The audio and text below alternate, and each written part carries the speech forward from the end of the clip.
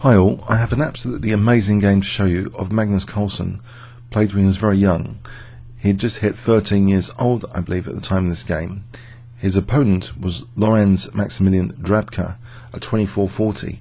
Magnus had hit FIDE 2450 at this point, even at the age of 13. It was being played in the First Saturday GM tournament in Budapest. First Saturday is a monthly chess format held in Budapest, Hungary, since 1992.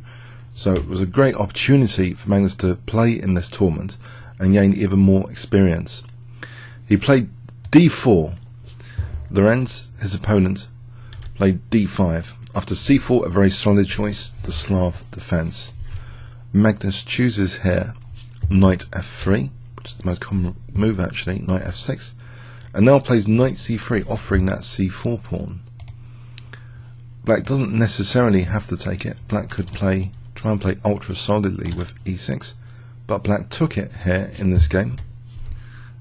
And now Magnus played a4, so he's trying to discourage Black holding on to the pawn. Move like e3 or e4 later to hit c4 is coming up. We see Black playing bishop f5, this is the main move. And now usually players with white play e3 here, trying to just get back the pawn. But there's a couple of popular alternatives, knight e5 or knight h4. This has been used quite a bit. And actually Magnus chose knight h4. Now, here is interesting. Bishop g6 promises white a small advantage. This wasn't played. Instead, the bishop retreated here to d7. Let's have a look at this bishop g6. With bishop g6, white could actually consider getting that light square bishop, and then playing e3.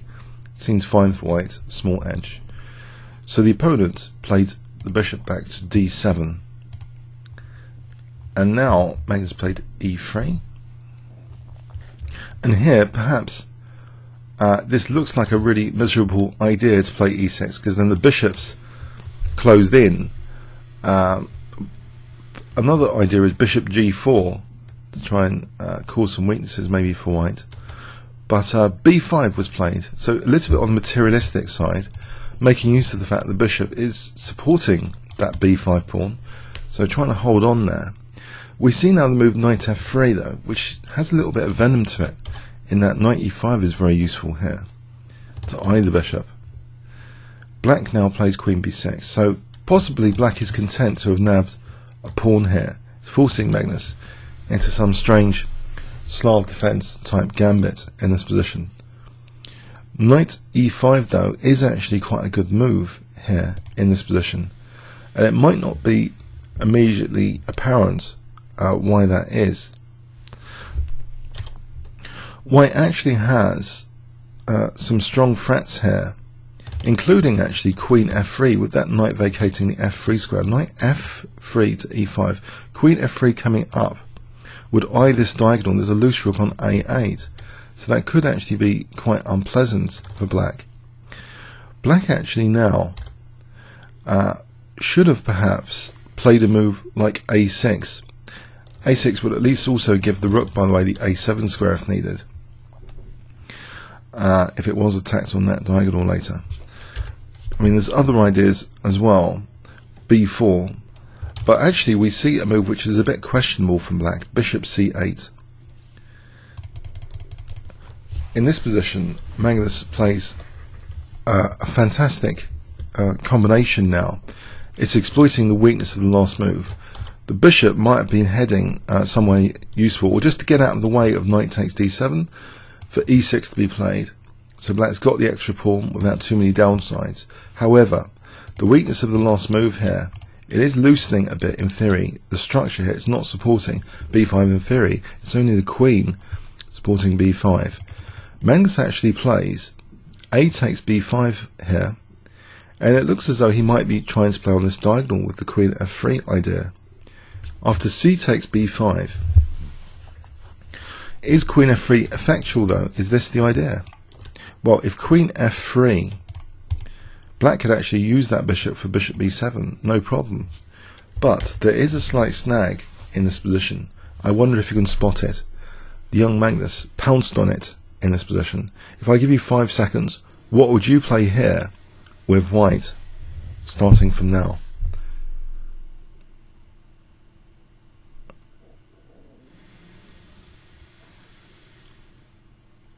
Okay, white, Magnus Carlsen, played knight takes b5. He's guaranteed to get at least 3 pawns with this if black takes. But if black doesn't take, then this is a very, very good position. White is actually threatening knight takes c4 and knight d6 check. So black compelled to take. So at the moment, it's equal on pawns. Now white is a pawn up. The queen now moves to b7, and now Magnus is 2 pawns for the piece. So was it worth 2 pawns for the piece? The king goes to d8. Another very, very strong move now is played to carry on the king hunt. So already black's position is looking very miserable, undeveloped, only a knight develops, the queen in an awkward looking spot. But the king, seemingly it should be a bit vulnerable. But is it easy to get to the king? What would you play here if I give you 5 seconds? Starting from now.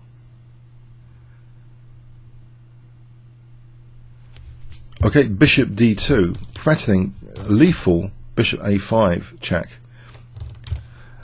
Now here black actually played e6, which might not have been the best defence. It seems the most stubborn defence might actually be a5. And here white could continue queen a4, and it's still very, very dangerous. For example, like this. Bishop b3 now threatens knight f7 check. So you can see it's a very, very difficult position, targeting a5 in this diagonal. White could end up better, for example, like this. Bishop takes a5 is possible. And here, white has great compensation. White is looking +3 from an engine perspective, actually.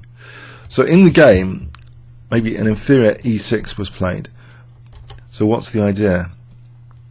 Well, it shuts out the bishop from retreating, and if black's given another move, maybe black's going to be developing some pieces, and it also looks to be eyeing g2.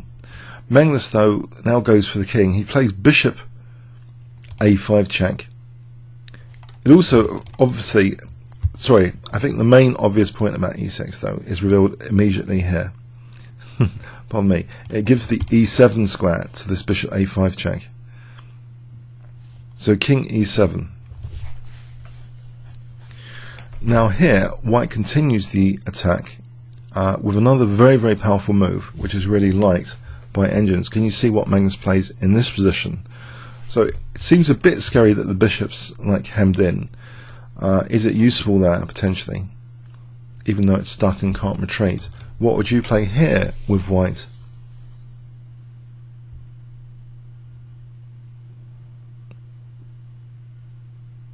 Okay, queen a4.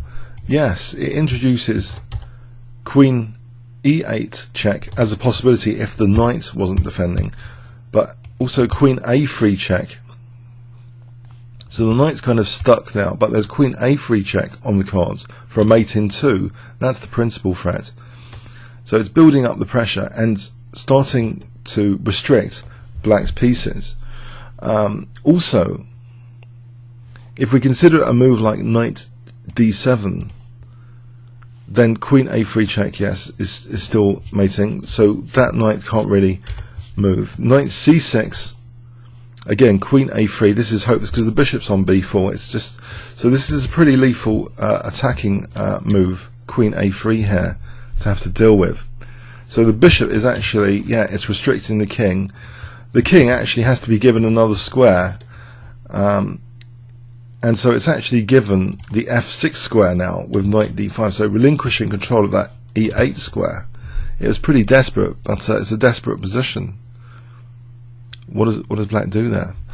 Now Magnus, instead of going in for queen a3 check, switches gear.